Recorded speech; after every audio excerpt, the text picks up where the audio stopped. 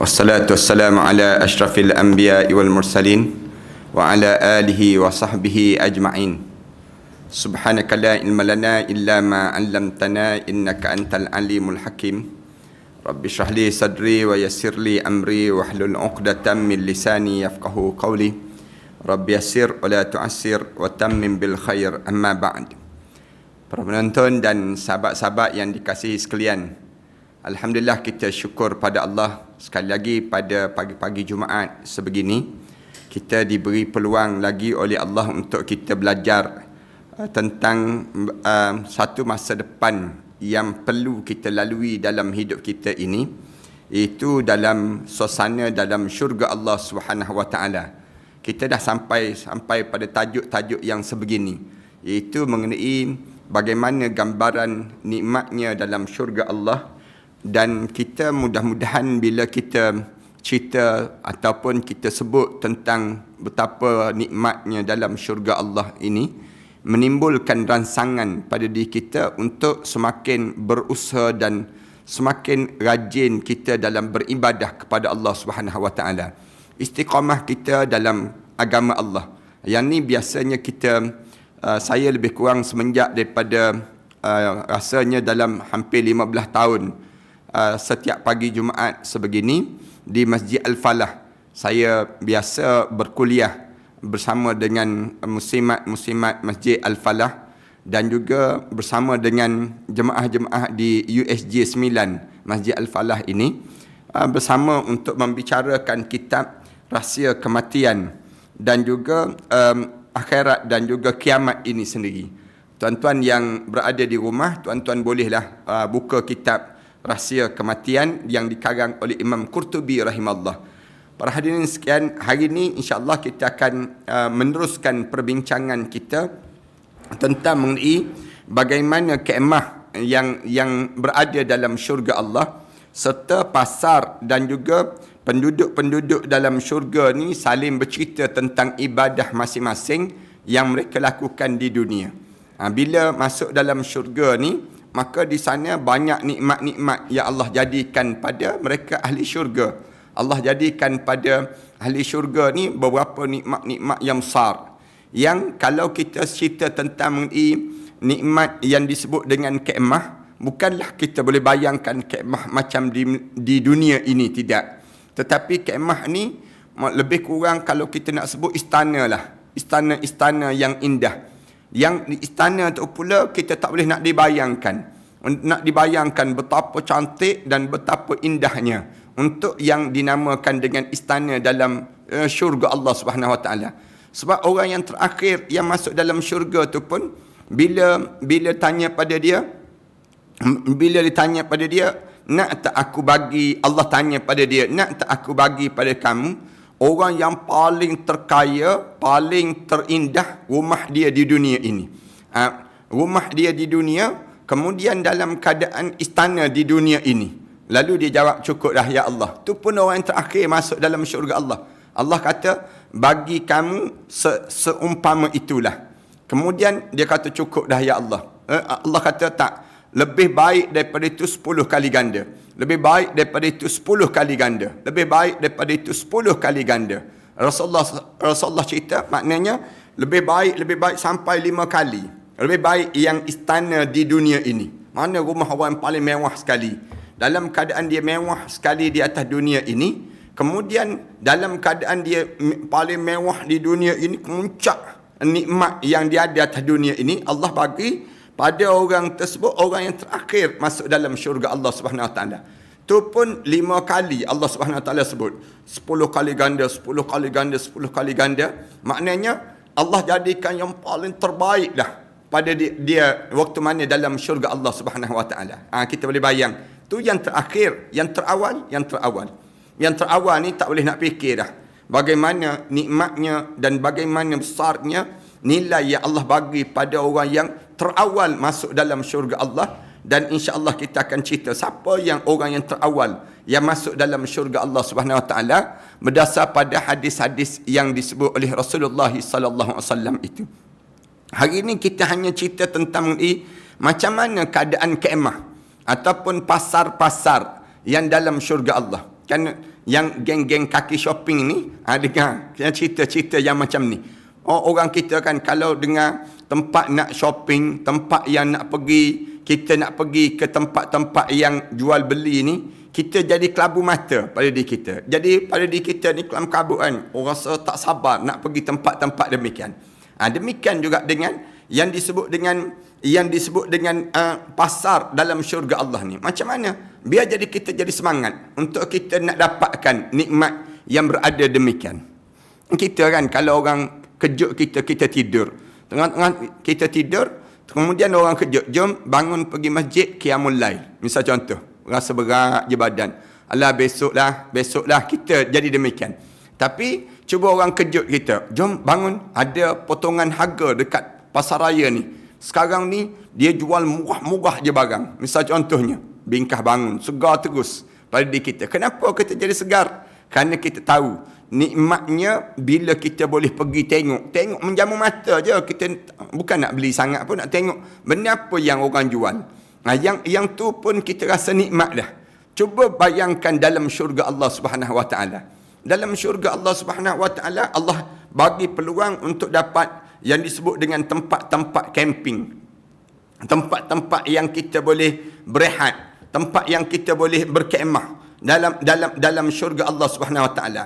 Yang menyebabkan dia bila kita dengar cerita-cerita sebegini, kita akan jadi semangat kita tu lain macam untuk kita mentaati perintah Allah Subhanahu Wa Taala. Baik, hari ini kita sambung mengenai diriwayatkan oleh Muslim daripada Abu Musa Al-Asy'ari bahawa Rasulullah sallallahu alaihi wasallam bersabda. Rasulullah sallallahu alaihi wasallam sebut, kemudian Rasulullah sebut, di syurga terdapat satu mutiara yang berongga yang lebarnya ada 60 batu. Yang rongganya lebarnya 60 batu. Setiap sudutnya didiami oleh orang mukmin dan mereka melihat mukmin yang lain berpusing-pusing mengelilingi mereka tersebut. Allahu Akbar. Nak sebut macam manalah. Dalam syurga ni, dalam syurga terdapat satu mutiara yang berongga luas. Masing-masing ada lubang. Kemah-kemah lah, ruang-ruang kemah-kemah yang lebarnya seluas 60 batu. Dalam mutiara tu, dalam syurga tu ada satu mutiara yang besar berongga-rongga, berlubang. Dan setiap lubang-lubang tu lebar dia seluas 60 batu, luas dia. Dalam syurga Allah Subhanahu Wa Taala. Setiap sudutnya didiami oleh orang mukmin. Rasulullah sallallahu alaihi wasallam cerita demikian. Setiap rongga-rongga tu ada aja orang mukmin, seorang dalam tu. Sedang berkemah lah, sedang camping dia panggil. Macam sedang dalam keadaan yang rehat, tenang je dalam tempat tersebut, dan melihat mereka mukmin yang lain berpusing-pusing mengelilingi. Mukmin lain pula bila dah masuk dalam syurga ni, bila dah masuk dalam syurga tu, tengok masuk yang tempat tu, tengok masuk tempat ni, bila masuk tempat ni, tengok ada orang. Masuk lagi jalan dalam tempat tu yang disebut dengan tempat apa dia? Tempat orang yang berehat-rehat. Tempat orang yang bersantai-santai dalam syurga Allah Subhanahu Wa Taala. Dalam syurga Allah Subhanahu Wa Taala ni, Allah jadikan keadaan tempat yang sedemikian rupa. Bagi orang siapa dia? Bagi orang yang menjaga ibadah dia sepanjang di atas dunia ini sendiri. Riwayat lain yang berkaitan hadis ini, iaitu Rasulullah sallallahu alaihi wasallam bersabda, kemah mutiara panjangnya 60 batu. Dalam syurga tu ada rongga-rongga ataupun kemah-kemah yang dalam syurga Allah Subhanahu Wa Taala ni panjang 60 batu yang melintangi di langit, yang melintang di langit. Dalam keadaan yang melintang di langit ni, setiap sudutnya diisi oleh orang mukmin. Semua dalam kemah-kemah tu, dalam ruang 60 batu tu ada orang mukmin di dalamnya. Mukmin yang sedang berehat di dalamnya. Kemudian dan mereka dapat melihat rakannya yang lain. Masing-masing boleh tengok macam mana orang lain pula dalam tempat yang santai dalam syurga Allah Subhanahu Wa Taala. Tak tahulah nak sebut macam mana indahnya syurga Allah ni. Maknanya kalau ada orang yang hidup atas dunia ni, dia suka untuk berehlah di kalangan keluarga dia kan. Ada kan kita kadang-kadang kita bosan dah makan kat rumah. Lalu bila rasa bosan kat rumah, kita bungkus-bungkus nasi, kemudian kita pergi tepi-tepi tasik. Kadang-kadang kita pergi ke tepi-tepi pantai. Kadang-kadang kita pergi ke tepi-tepi gunung dan sebagainya. Kita pun buka makanan, kita makan, kita hampa tempat tu. Kita dengan keluarga kita di dunia ini. Di dunia ni ada masa-masa yang demikian kita lakukan dalam hidup kita. Ataupun kita duduk tepi jalan, kita hampar tikar, ataupun duduk atas rumput-rumput yang begitu, kita pun makan ramai-ramai. Dalam syurga tak ada ke tempat yang kita camping macam tu, macam kita nak boleh rehat macam tu, tepi-tepi air sungai yang air terjun, tepi-tepi tempat yang indah. Ada. Rasulullah cerita dalam sabda Rasulullah daripada Abu Musa Asy'ari ini, dia kata ada satu permata yang besar. Permata tu besar, mutiara yang indah. Kemudian dalam tu ada lubang. Lubang-lubang yang ada tu, lubang tu seluas mana satu lubang tu? 60 batu. 60 batu luas dia. Lebar selebih kurang 60 batu.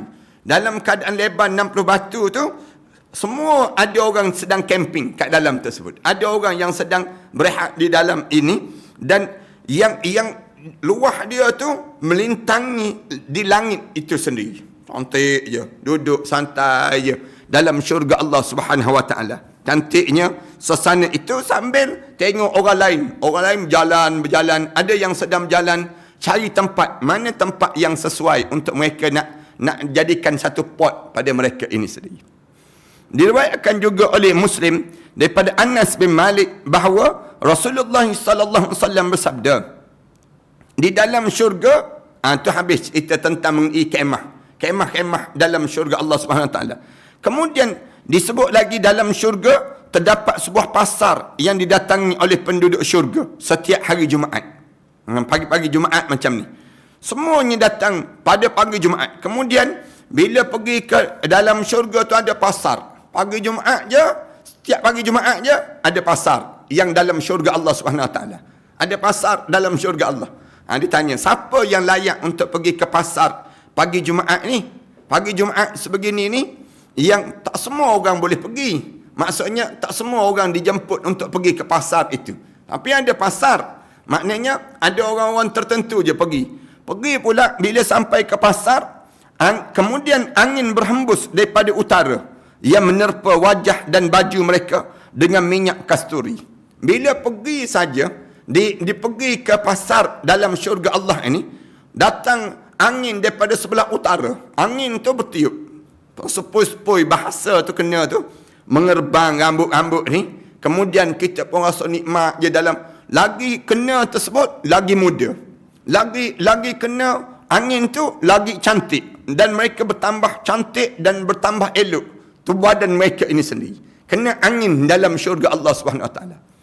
Allahu Akbar. Saya kalau cerita tentang nikmat ni tak tahu macam mana kita nak gambarkan indahnya, sonoknya. Kalau kita tak dapat, mesti kita ni menyesal yang amat sangat, dia panggil. Dalam syurga Allah Subhanahu Wa Taala ada pasar yang di mana semakin kena angin tu, kena angin dalam syurga Allah ni, jadi rasa tenang, rasa lapang, rasa sonok dalam syurga Allah Subhanahu Wa Taala ini.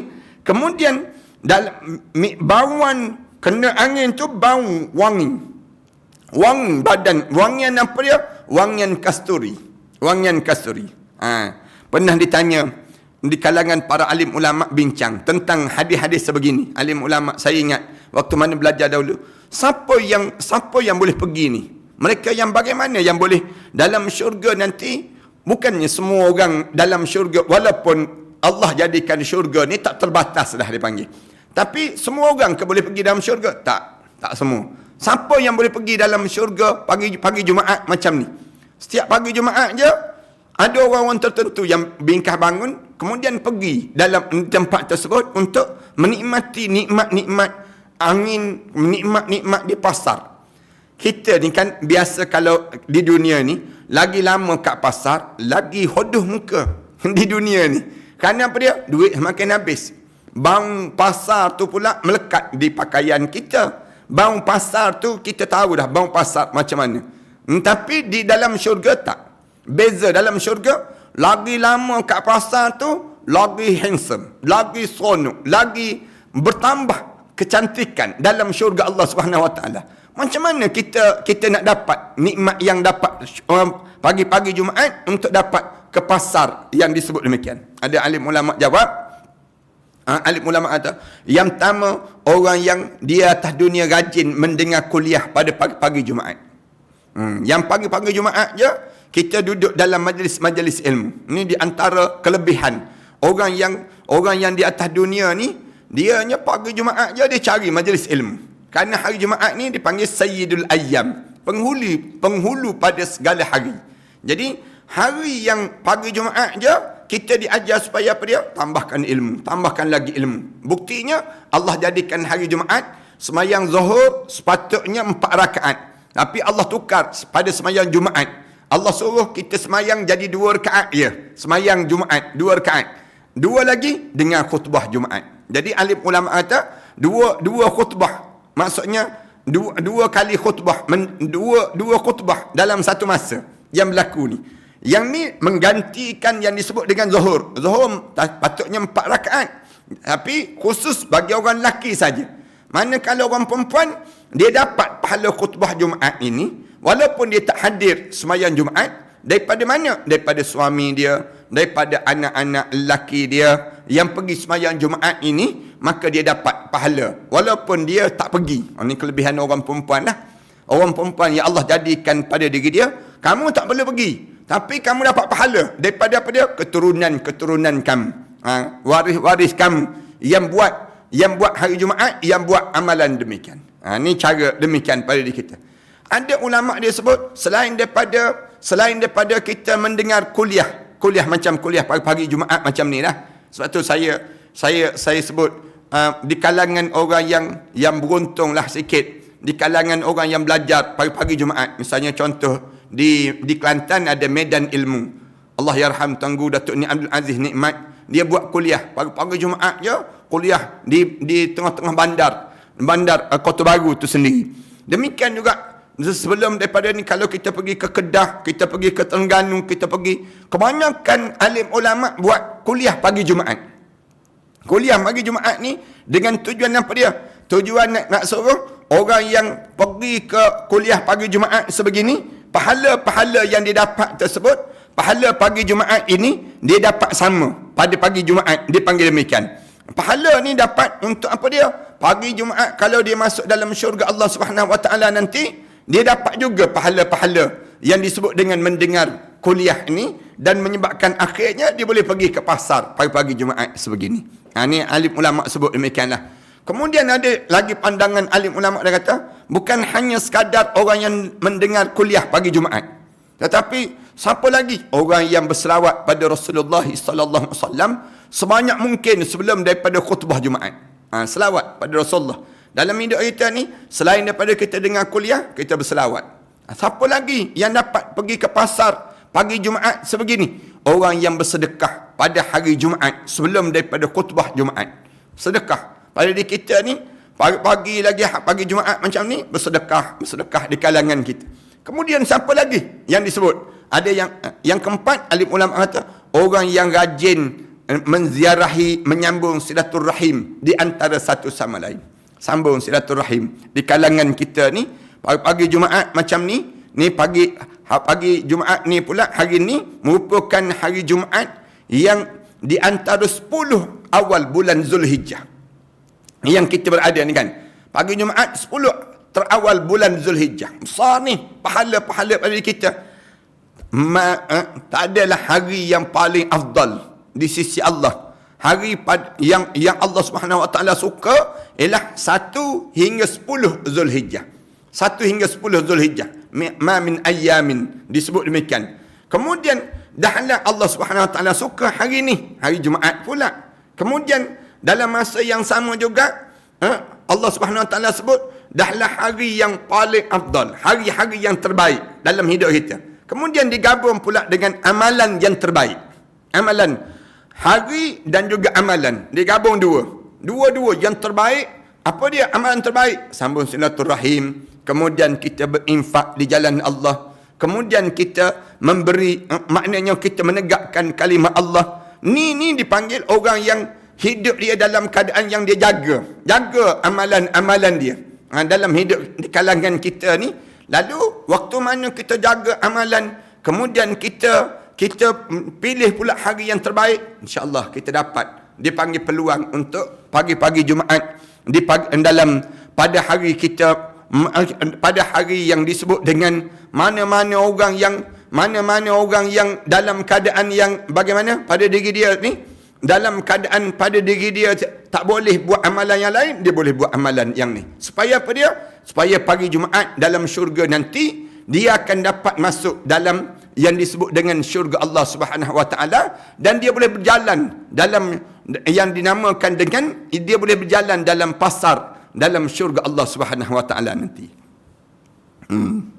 Sebab tu kadang-kadang kan, saya kadang-kadang sahabat-sahabat dia sibuk tanya, Ustaz, dia kata dalam hidup kita selain daripada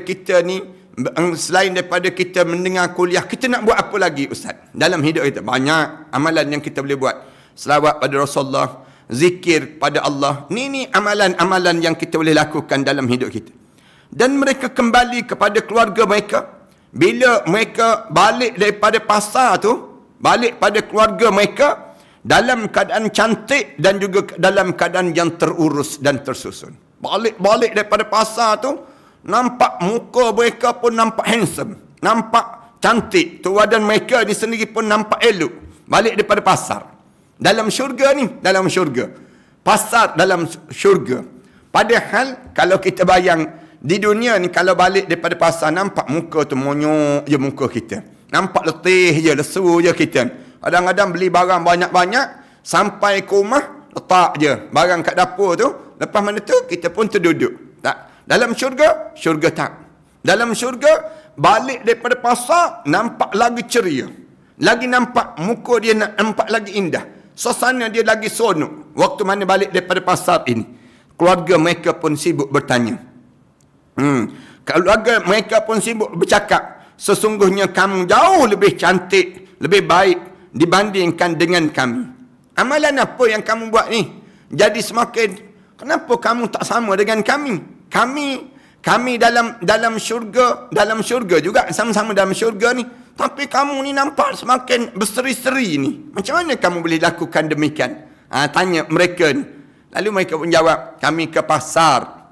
Kami dapat ke pasar. Pagi ni, dalam syurga kami dapat ke pasar. Yang menyebabkan pagi Jumaat kami ni, setiap pagi Jumaat, Allah kurniakan pada kami peluang ini. Alhamdulillah, dia panggil. Lepas tu kita pagi-pagi Jumaat je, jangan kita nak rasa sedih. Jangan kita rasa tak bermaya. Jangan. Pagi Jumaat je, dalam hidup kita ni, biar kita ni sentiasa nampak yang kita ni indah. Kerana apa dia? Kerana pagi Jumaat dalam syurga nanti jauh lebih indah bagi orang-orang yang hidup dia dengan keadaan yang sebegini. Pada mereka ni, amalan-amalan yang mereka lakukan dalam kehidupan mereka.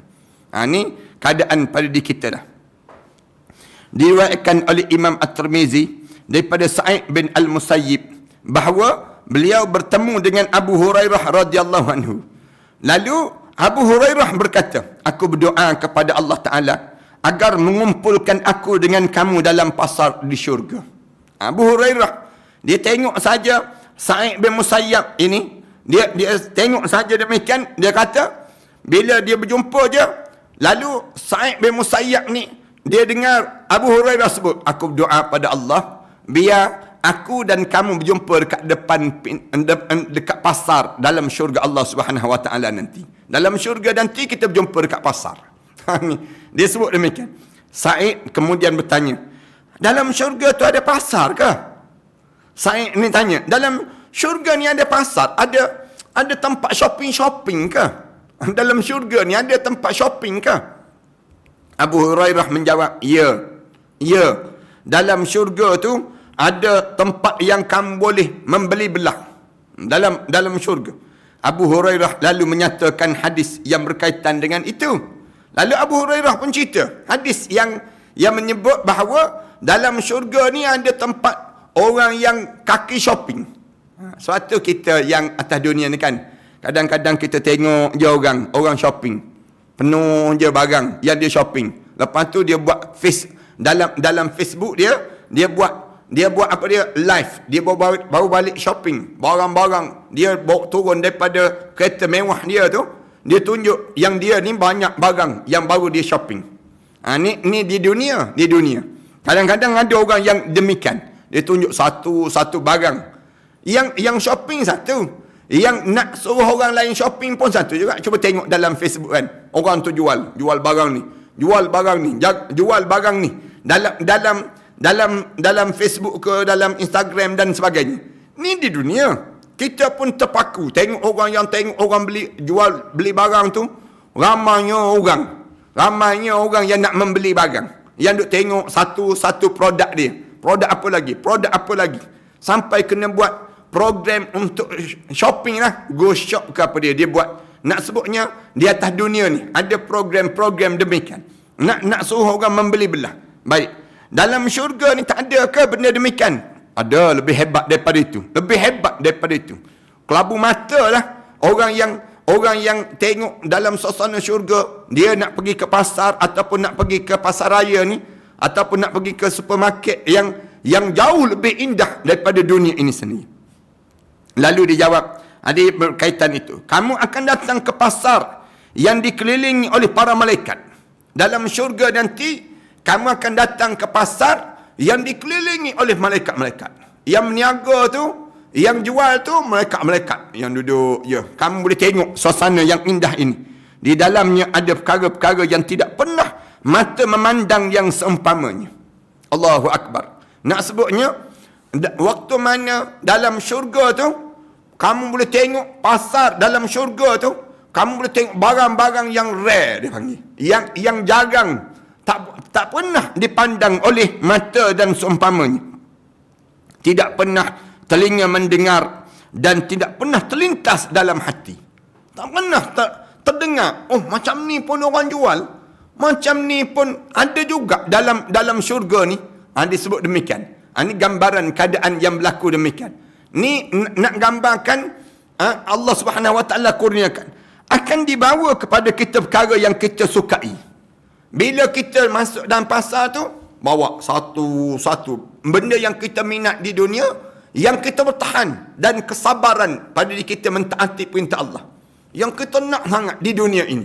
Tapi kita tahan nafsu kita. Tak boleh, ya Allah, kalau aku ambil yang ni di dunia, aku tak dapatlah dalam syurga nanti. Maknanya dia sabar dalam menahan perkara yang sedemikian rupa. Di sana tidak ada kegiatan jual beli. Tapi jual beli tu duit ada ke? Tak ada. Tapi dianggap tempat tersebut tempat yang disebut dengan pasar. Di pasar tersebut penduduk syurga akan bertemu dengan sebahagian mereka yang lain. Dalam pasar ni berjumpa lah di kalangan satu sama lain. Berjumpa dengan jiran kita, berjumpa dengan adik-beradik kita, berjumpa dalam syurga ni di antara sebahagian dengan sebahagian yang lain dalam syurga Allah. Begitu juga orang yang berada pada tahap paling tinggi dalam syurga akan bertemu dengan orang yang tinggal di tempat yang lebih rendah daripada mereka. Kalau kita tanya, Ustaz, kan Ustaz cerita, Rasulullah cerita pada kita tentang mengenai syurga ni ada 100 lapis, 100 tingkat. Tingkat yang paling tertinggi, syurga Firdaus, Illiyin dipanggil. Kemudian ada tingkat yang paling rendah, lapis yang paling bawah sekali, 100. Kat mana kami nak berjumpa? Adakah tempat orang yang pertama, tingkat yang pertama dengan tingkat yang 100 ni tak berjumpa? Berjumpa. Berjumpa kat mana? Kat pasar. Kat pasar. Yang tingkat 1 dengan tingkat yang 99. Berjumpa kat mana? Dekat pasar. Berjumpa dekat pasar yang lebih rendah daripada mereka. Orang yang rendah darjatnya akan merasa kagum dengan pakaian yang dipakai oleh mereka di pasar itu. Tengok, bila masuk saja dalam syurga tu, tengok orang dalam syurga tu, Allah, ni pakaian macam mana pula ni? Ni pakaian daripada mana pula ni? Masing-masing jumpa tu, masing-masing membandingkan pakaian-pakaian yang ada. Kita ni orang yang darjat tinggi dengan darjat yang rendah. Jumpa dekat mana? Dekat majlis kenduri kahwin. Kalau buat kenduri kahwin kat kampung lah. Tapi kalau buat kenduri kahwin di tempat-tempat yang mewah, maka tak berjumpa jugalah. Tapi nak sebutnya, ni tempat kita berjumpa dekat mana? Kat pasar di dunia. Kalau pasar-pasar kampung lah. Tapi kalau kat pasar raya dan sebagainya, maka payahlah kita nak berjumpa. Di antara satu sama lain. Dalam syurga, ada satu tempat. Yang tingkat atas, tingkat bawah berjumpa. Berjumpa kat mana? Kat pasar. Allahu Akbar. Ini jawapan dia. Tidak akan terputus akhir perbualan mereka. Jumpa tu, sibuk bercakap. Bersambung-sambung bercakap. Sambung bercakap. Tak terputus perbualan. Ada je yang nak dicerita. Ada je benda yang nak borak. Masing-masing bila berjumpa tu, orang tu cakap cerita yang ni, orang ni cerita yang ni. Masing-masing keadaan yang cerita. Sama-sama dalam syurga ni. Masing-masing sedang membawang lah, sedang cerita. Sedang sibuk bercakap tentang orang tu, bercakap tentang orang ni. Tapi tak adalah di dalam syurga ni benda-benda maksiat lagi. Tak ada dah dosa-dosa yang dibuat. Tak ada dah. Bila berada dalam syurga tu, masing-masing cerita, ketawa, berdekah-dekah ni, tak dilarang dah di sisi Allah. Kerana apa dia? Kerana kamu dah berada dalam syurga yang tidak ada lagi amalan untuk kamu lakukan. Di dunia dahulu, di dunia yang kita berada sekarang ni, tempat yang disebut dengan tempat ladang amalan. Manakala dalam syurga ni, merupakan tempat yang kita dapat ganjaran. Ada dah pada diri kita dipanggil demikian. Kalau saya baca hadis-hadis macam ni kan, para hadis kan, rasa kita macam duduk dalam syurga dah, kita rasa macam teringat kita ni macam dalam suasana Allah. Seronoknya kalau dapat syurga. Seronoknya kita, dia panggil keadaan pada diri kita ni, suasana yang orang dalam syurga tu macam mana. Sebab tu bila kita baca hadis macam ni, menyebabkan kita ni segala bebanan, segala tekanan, segala ujian yang kita lalui jadi rasa ringan. Ringan je, tak ada benda apa. Tak ada rasa susah pada diri kita ni dalam hidup kita. Kerana apa dia? Kerana kita sentiasa tersenyum di saat mana susah dan juga senang kita. Dalam hidup kita ni, segala apa yang kita lalui dalam hidup kita ni, kita rasa yakin, aku mesti dapat syurga. Aku mesti dapat syurga pada di aku. Kita sebut demikian. Kita sebut pada anak-anak kita. Walaupun kita bergurau senda di atas dunia ni, jangan kita lupa yang kita kena bergurau senda dalam syurga Allah nanti. Jangan sampai ada seorang pun yang tak masuk dalam syurga. Kita sebut pada keluarga kita. Biar kita, satu keluarga ni, nampak tempat kita, ganjaran kita, syurga Allah SWT. Orang buat khianat macam mana pun, orang lakukan apa pun pada diri kita, kita rasa tak apa. Dunia je. Dunia ni tak payah pedihlah hati, tak payah sesaklah dada.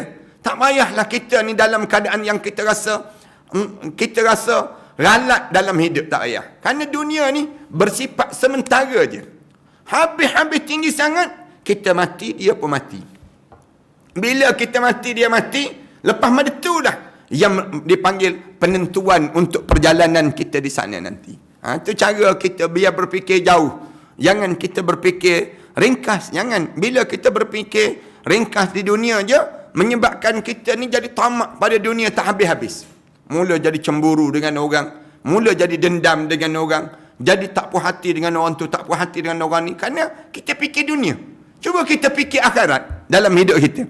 Bila kita fikir akhirat dalam hidup kita, kita tak fikir dah. Orang buat khianat macam mana pun, orang buat kejam macam mana pun pada kita, yang pentingnya kita dapat syurga Allah.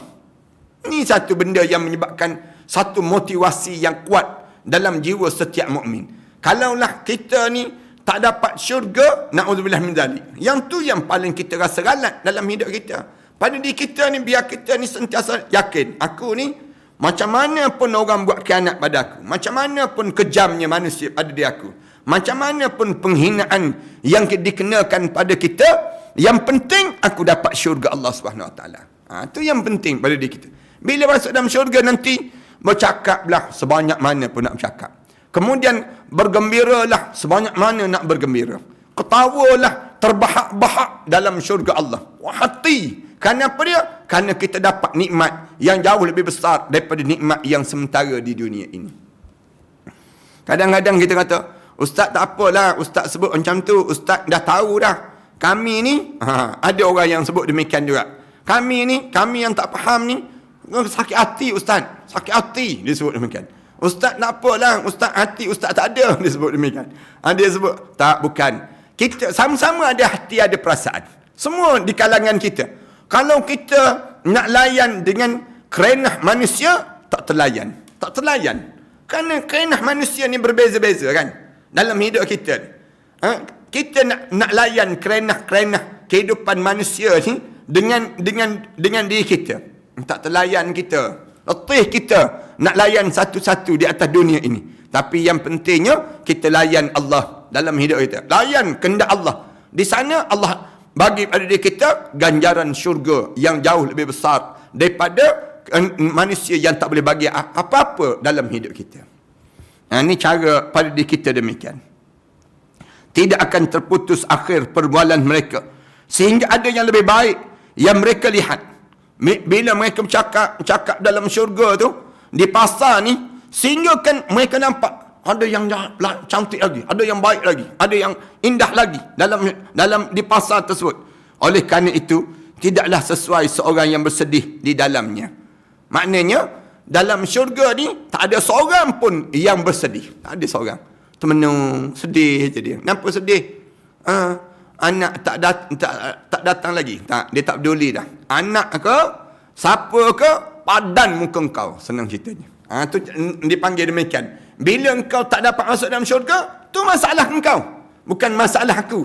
Maknanya, dalam syurga tu, tak ada orang yang nak bersedih.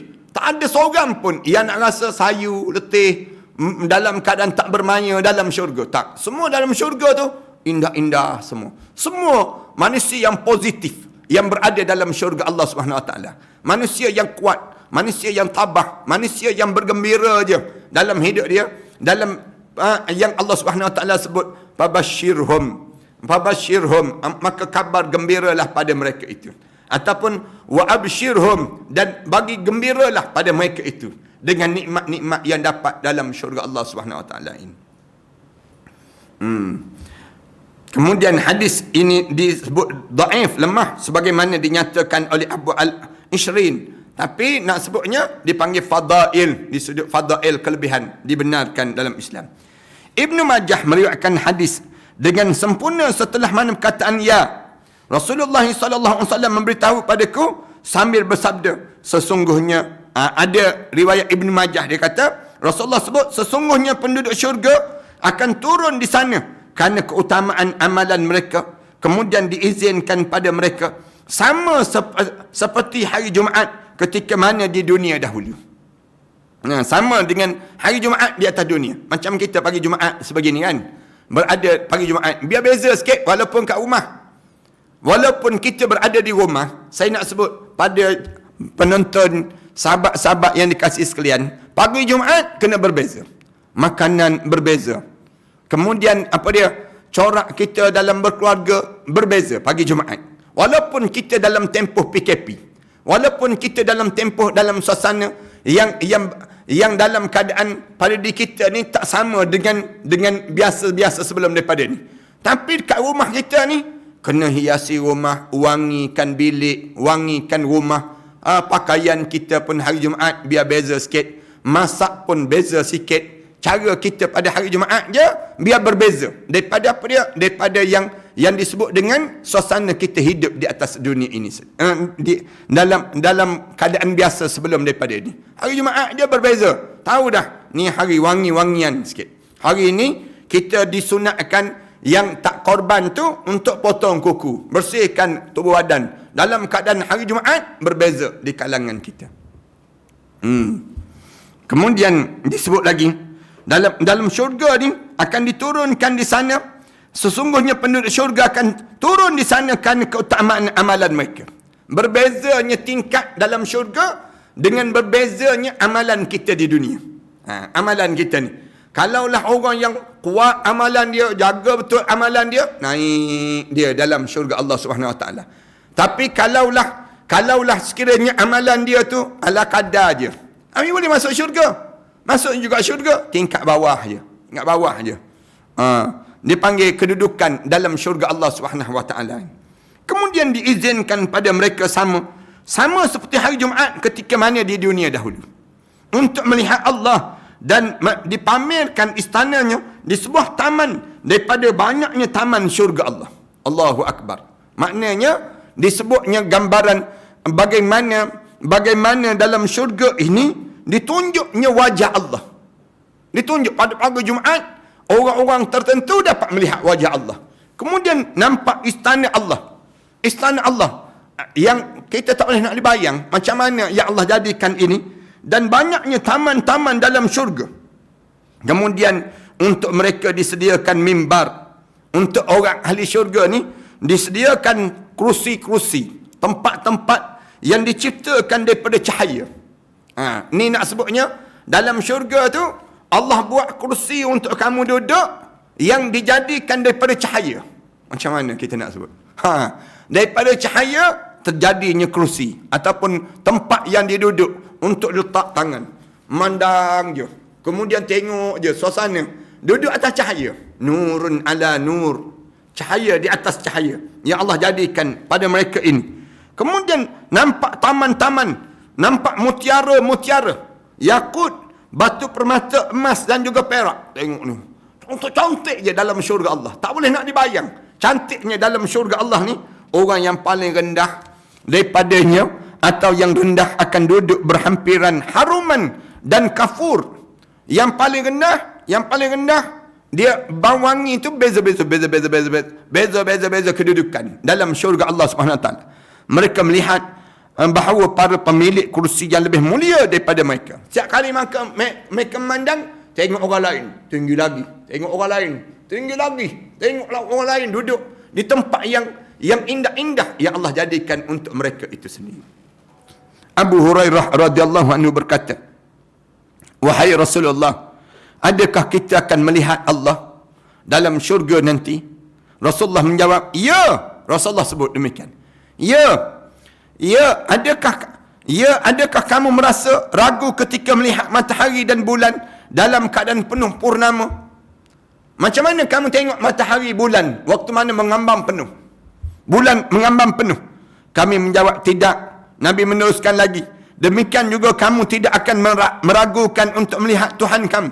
Sebagaimana kamu tidak ragu terhadap melihat bulan purnama, kemudian kamu tak ragu melihat yang disebut dengan matahari, demikianlah kamu tidak akan jadi ragu melihat yang disebut dengan kedudukan kamu melihat Allah. Dan tidak akan tetap seorang pun daripada tempat duduk kecuali Allah Ta'ala bercakap dengannya, sehingga Allah Ta'ala akan bercakap dengan salah seorang daripada kamu sambil berkata, adakah kamu tidak ingat, wahai fulan, pada suatu hari kamu lakukan ini dan ini?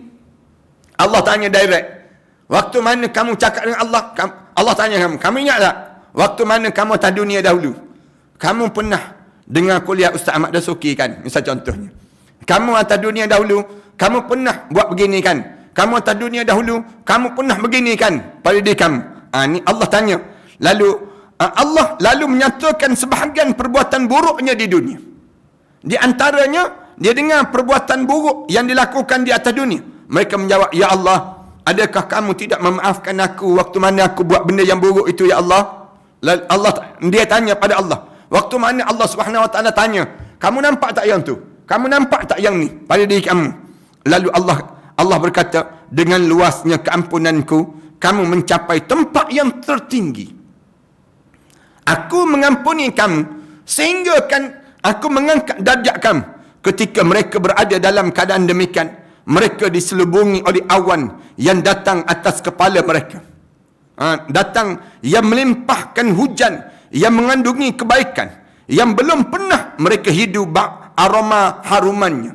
Waktu mana Allah sebut begitu, cakap direct dengan Allah ni, tengah bercakap direct dengan Allah tu, datang awan. Awan tu turun hujan. Hujan tu Allah kata, aku ampunkan dosa kamu. Nah, waktu mana ditunjukkan kesiapan dia, dia kata, ya Allah, kamu tak ampun ke dosa aku waktu tu, ya Allah. Lalu Allah datangkan awan, Allah turunkan, renjiskan hujan dan bauan wangi, hidu aroma bauannya. Kemudian Allah Ta'ala berfirman, berdirilah kamu untuk menerima sesuatu yang telah aku sediakan untuk kamu berupa kemuliaan, maka ambillah mengikut sesuka hati kamu. Kemudian Rasulullah menambah, mereka datang ke pasar pada hari tersebut, di mana Allah memberi peluang pada mereka untuk dapat nikmat yang demikian. Hadis tersebut diriwayatkan menurut lafaz dan maknanya, sehingga pada kata-kata tidak seorang pun rasa sedih di dalam syurga Allah. Tidak ada, tak sesuai untuk nak jadi rasa sedih dalam syurga Allah. Tak ada seorang pun yang dia dalam syurga Allah, dia rasa sayu, sedih, tak bermaya dalam syurga Allah Subhanahu wa taala. Allahu akbar. Maknanya orang panggil nikmat yang Allah kurniakan pada orang yang hidup dia dalam keadaan yang bagaimana? Hidup dia dalam keadaan yang dia mentaati perintah Allah Subhanahu wa taala. Rasulullah sallallahu alaihi wasallam bersabda lagi, kemudian kami berpaling ke rumah kami. Kami menemui para isteri kami dan mereka menyambut sambil berkata, anik. Rasulullah sambung lagi. Balik daripada pasar tu, balik berjumpa dengan isteri. Isteri-isteri ni dia panggil. Sebab dalam hadis Rasulullah kata, setiap seorang lelaki yang masuk dalam syurga tu diiringi dua orang isteri dia di atas dunia dahulu. Dua orang isteri dia yang diiringi. Bila dia balik saja masuk dalam syurga Allah Subhanahu wa taala daripada pasar ni, dia berjumpa dengan isteri-isteri dia. Lalu menyambut isteri dia, selamat datang. Kamu datang dalam keadaan lebih tampan dan harum dibandingkan dengan sebelum kamu meninggalkan kami. Dia sebut demikian. Mereka menjawab, sesungguhnya kami berjumpa dengan Tuhan kami yang maha perkasa, maka sepatutnya kami berubah daripada keadaan sebelumnya. Kami berubah daripada keadaan sebelumnya. Dia kata Allah, dia kata, kamu balik ni, kami nampak lagi tampan. Allah lagi semat, lagi cantik, lagi indah. Dia jadikan demikian. Yang maha perkasa, maka sepatutnya kami berubah daripada keadaan sebelumnya. Patutnya demikian. Diriwayatkan oleh At-Tirmizi daripada Ali bin Abi Talib radhiyallahu anhu bahawa Rasulullah bersabda, sesungguhnya di dalam syurga itu terdapat pasar yang tidak diperolehi kegiatan jual beli kecuali hanya wajah lelaki dan perempuan saja. Kat pasar tu benda apa yang ada? Yang nak beli apa dalam pasar ni? Bukan nak beli apa dia? Nak pergi lelaki dan perempuan, sehingga apabila seorang lelaki mahu kepadanya, maka dia mengambilnya. Maknanya demikian. Pergi ke pasar tu, tengok ada orang perempuan. Orang lelaki yang pergi ke pasar tu, tengok orang perempuan ni, yang dia nak jadikan isteri tu, dia ambil untuk dijadikan isteri. At-Tirmizi mengatakan hadis ni gharib, hadis ni pelik, dia sebut demikian. Dia akan oleh bin Hudbah bin Ibrahim bin Hudbah sambil berkata, Anas bin Malik radhiyallahu anhu menceritakan pada kami bahawa Rasulullah sallallahu alaihi wasallam bersabda. Rasulullah sebut, sesungguhnya di dalam syurga itu didapati pasar yang tidak ada di sana kegiatan jual beli. Ada pasar tapi bukan ada jual beli. Pasar ni, penduduk syurga ketika naik ke tempat ruh jannah, ruh ahli syurga duduk dalam keadaan bertelekan di atas mutiara yang lembut. Mutiara tapi lembut. Allah, macam manalah nak digambarkan. Sedangkan tanahnya dipenuhi dengan minyak kasturi. Mereka di sana saling mengetahui akan kehidupan di dunia. Saling bercerita, macam mana kamu hidup atas dunia dahulu? Kena Covid, mati. Dia sebut demikian. Kamu sempat vaksin ke? Tak vaksin ke? Atas dunia dahulu. Orang lain semua kalau masing-masing cerita kehidupan di dunia. Bagaimana beribadah pada Allah Ta'ala. Bagaimana dalam beribadah pada Allah. Pergi semayang Jumaat ke tak? Kemudian macam mana semayang tarawih? Macam mana semayang raya? Masing-masing sibuk tanya. Bagaimana menghidupkan salat malam? Sibuk tanya. Macam mana kamu bangun tahajud malam? Kunci jam dia. Kamu buat macam mana di atas dunia dahulu yang kamu boleh terjaga malam-malam, setiap malam kamu bangun tahajud dan berpuasa pada siang harinya pula. Sambung pula berpuasa pada siang hari. Bagaimana kemiskinan kamu di dunia? Sibuk tanya. Susah dulu. Sempat angkat bendera putih ke? Oh, tak angkat. Kamu di antara orang yang bertahan di atas dunia dahulu. Dan kekayaan yang ada. Macam mana pula kekayaan kamu? Kamu banyak harta benda pada diri kamu. Kemudian kamu bagi ke tak bagi? Kamu bagi pada orang. Siapa yang dapat daripada harta benda yang kamu dapat, yang Allah kurniakan pada kamu? Sibuk cerita. Dia kata, saya bagi pada ustaz tu, saya bagi pada ustazah ni, saya asing-asingkan. Masing-masing sibuk cerita tentang mengenai kenikmatan yang mereka dapat di atas dunia, kemudian mereka guna untuk mentaati perintah Allah. Begitu juga mengenai kematian, sehingga kita menjadi ahli syurga. Sehingga kan cerita saat nak mati macam mana. Orang ni mati macam ni. Orang ni mati macam ni. Dia cerita-cerita sehingga kan menjadi ahli syurga setelah mana melalui cubaan yang panjang yang dilalui di kalangan mereka tersebut. Allahu Akbar. Keadaan-keadaan yang berlakulah dalam syurga. Tidak akan masuk syurga seorang pun kecuali yang diizinkan oleh Allah. Diriwayatkan oleh Abu Bakar Al-Khatib Ahmad bin Ali daripada hadis Abdul Razak daripada Al-Thawri daripada Abdul Rahman bin Ziyad bin An'am daripada Atta' bin Yasar daripada Salman Al-Farisi. Dia berkata Rasulullah sallallahu alaihi wasallam bersabda, Rasulullah bersabda, seorang tidak akan masuk ke dalam syurga kecuali dengan izin Allah, dengan tertulis kalimah basmalah, dengan nama Allah yang Maha Pengasih lagi Maha Penyayang. Ini merupakan surat daripada Allah kepada fulan bin fulan, masukkanlah dia ke dalam syurga yang tinggi, yang buah-buahannya amat dekat pada diri dia. Hadis ini dinyatakan oleh Imam Ahmad dalam musnadnya. Menurut pandanganku Imam Qurtubi, mungkin ini untuk orang yang masuk syurga dengan dihisap amalannya. Perkara itu akan dijelaskan dalam bab yang setelah ini insya-Allah. Mudah-mudahan Allah jadikan pertemuan kita ini pertemuan yang diberkati dan dirahmati di sisi Allah, dan Allah masukkan kita di kalangan hamba-hamba Allah yang saleh. Terima kasih di atas kesempatan yang baik ini. Auzubillahi minasyaitanirrajim. Bismillahirrahmanirrahim. Alhamdulillahirabbil alamin wassalatu wassalamu ala rasul amin wa ala alihi wa sahbihi ajma'in. Rabbana iftah bainana wa bain qaumina bil haqq wa anta khairul fatihin. Allahumma shfi mardana wa mardal muslimin warham mautana wa mautal muslimin. Rabbana ij'alna muqimas salah wa min dhurriyyatina rabbana wa taqabbal du'a. Rabbana atina fid dunya hasanah wa fil akhirati hasanah wa qina adzaban nar. Sallallahu ala Muhammad wa ala alihi wa sahbihi wasallam. Alhamdulillahirabbil alamin. Allah